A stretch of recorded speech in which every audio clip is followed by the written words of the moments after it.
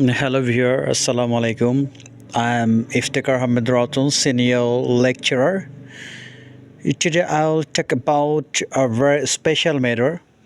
The name of the topics is the relationship between the soul and the brain.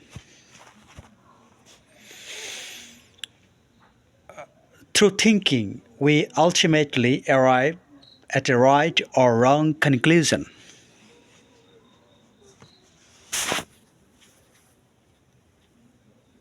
We can show the process of reaching a decision in a flowchart. Number one, I hope that I will think about it. Number two, giving the responsibility of thinking to the brain. Number three, the brain reaches wrong or right conclusions according to its capacity. Task number one has nothing to do with the brain. I have already proven in my article, which is about freedom of will, that the mind specifically influences the brain. So the first task is the mind. The second and the third functions are of the brain. If someone says that the entire work is done by the brain, then we are nothing but robots, because we have no intervention here.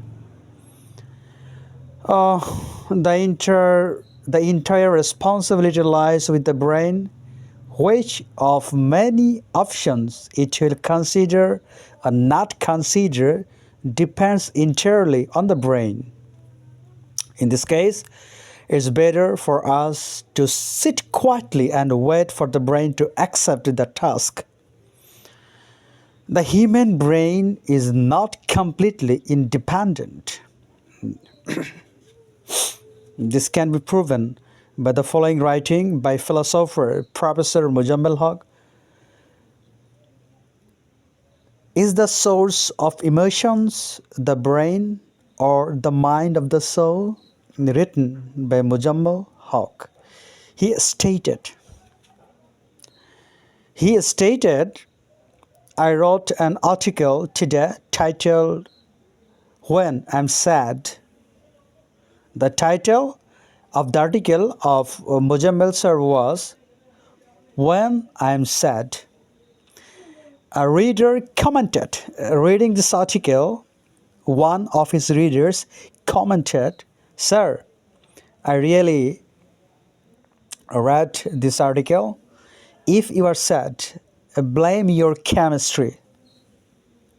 In response, Mujammel sir said that in response he wrote and posted the following response, only to find that he had already deleted the comment.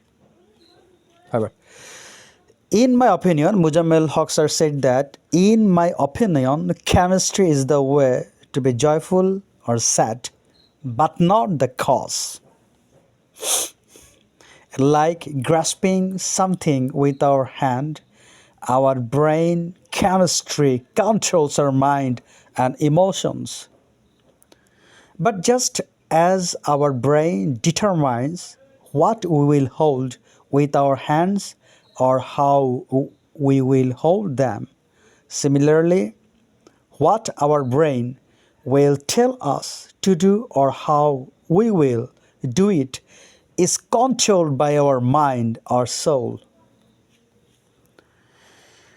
Okay, viewer, the problem for anyone who wants to deny the existence of mind or soul is that they can't give a good answer to why our brain gives us this kind of instructions and not another, or gives another kind of instruction and not this kind. It is a real question actually I have thrown to you. Try to consider these questions. Then what they talk about surrounding factors is incomplete.